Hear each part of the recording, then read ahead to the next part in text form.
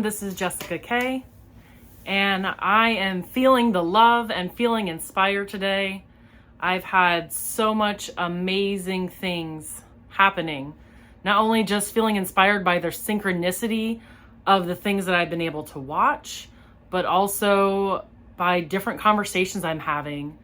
I just did a podcast with Spiritual CFO. She is an amazing business coach, a spiritual business coach. And we were able to address so many really interesting things. Interestingly enough, they all centered around this idea of embodiment. So I know that I talk about embodiment. I talk about nurturing yourself and really being with yourself. And that can be really, really difficult.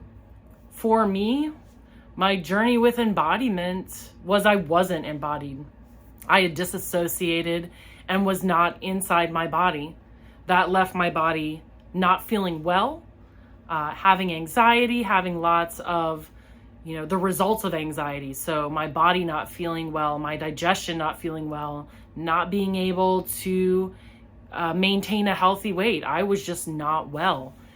Didn't sleep well, had, nightmares, it was not good. I was under a lot of stress. I was very exhausted and I wasn't extremely healthy. And this was in my early 20s. And so luckily, because I have such an amazing soul family out there, I have such amazing guides, they started helping me out by redirecting my energy and my intention. I started meditating more. I started working with spiritual elders in my own community that could give teachings around Reiki and other healing and mindset. I knew that even though I was not well, that this didn't have to be my existence, because I saw so many people doing well. And I knew that I could get to that place. So I began a journey that has lasted me through now into the future of really working to heal. And that was more and more embodiment. So I went from somebody who did not want to be touched, who did not want to be near people, to somebody who then became a massage therapist, understanding that that embodiment and that connection and that touch with others was so necessary and so healing. And as much as I was massaging others and helping others, that actually was also helping and healing me through all of the energetic downloads that I would get when I worked on people. So it can come in any way, shape, or form. The only prerequisite is that you say, I understand this is how it is and I want it to shift. I don't want it to be like this anymore. Please help me. So that call for help, I say, phone a spiritual friend. Like, they want to help you. They're here for you. But there is such a thing as free will and sovereignty. So we have to want it and we have to ask for it. The minute we ask for it, the universe starts reorganizing things and moving in that direction of supporting us, moving us more and more towards alignment and moving us on our journey. So none of that was a mistake. It was totally my journey. It's the experiences I needed to have, and it is leading me to where I am today. So this experience of embodiment, of getting inside the body instead of being dissociated, and then starting to unpack all of the emotions, all of the traumatic experiences and trauma, all of the overwhelm, the nervous system, working through all of that, even the physical things that were not working well, working through all of that piece by piece, and doing it with gentleness, doing it with love. I know there was a point in time where I was like, okay, I'm going to throw everything at this. And I was over-focusing. I was putting too much stress on myself. I was overwhelming myself with doctor's appointments and practitioners and providers and medicines.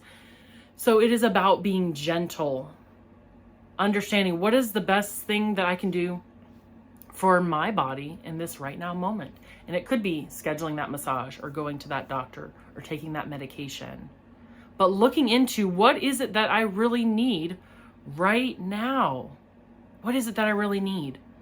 And a lot of times it was to stop, to slow down, to rest, to just sit in my body and allow my body to feel the experience of my spirit and my soul moving through every single cell, every single strand of DNA and activating it.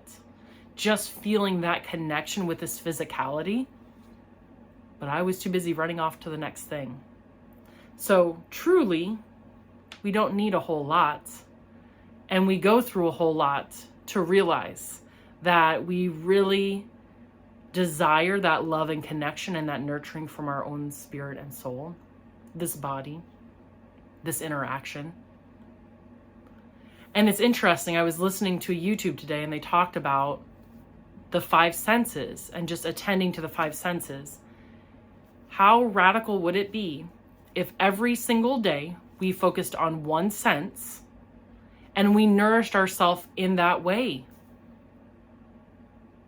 So feeling what it feels like to stand in the grass, allowing that to nurture our body. Finding a beautiful ripe piece of fruit and tasting that and allowing that to nourish our sense taste. Looking at each one of our senses and seeing how we can nourish our spirit, our soul, our energy through that sense. Finding that specific type of incense that when you smell it, it sends you somewhere else. So whatever that may be, I encourage you as a way to nourish yourself, as a form of self-care, to look specifically at addressing one sense each day, going out of your way to do something to engage that sense in a beautiful fashion that heals and nurtures and cares for yourself, and see how that allows you to expand and open. Because that's what all of this is about. In our experience in this now moment, how can we expand our capacity to experience? How can we expand our capacity to be in love and not in judgment? How can we encourage that critic to take a break, to go have a vacation, to take some time off, so that we can rest even more deeply into this now moment, into the synchronicities that are coming our way, and into this amazing 3D experience that our soul chose. Our soul chose to come here and have this experience. And yes, we are working our higher mission for all of humanity just by being in this embodiment.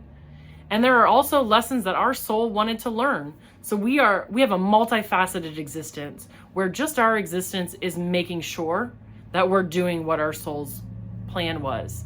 And then we get to experience this 3D humanity and all of the bumps, bruises, glorious things, good, bad, and different that are happening.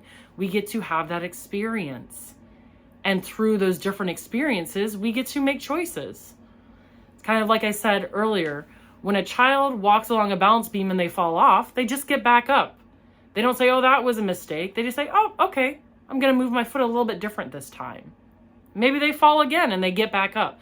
So there's no mistake. It's all learning. It's all experience. We are a projection of source into 3D reality. So everything is source, just experiencing, collecting information, and being in alignment with the fact that we are that projection of source moving through. There are no mistakes. We are on purpose.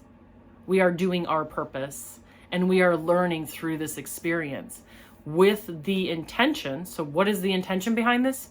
Expansion, increasing our capacity, more awareness and self-awareness. So, oh, this thing happened. Okay, then looking in and seeing, okay, what does the self do around this thing happening? So let's be curious about how we're interacting with the world, and curious about how we are interacting with the inner world and what that looks like. And opening that up, increasing our capacity, sending gentleness and love in all of those arenas. That's what this is about. So thank you so much for listening.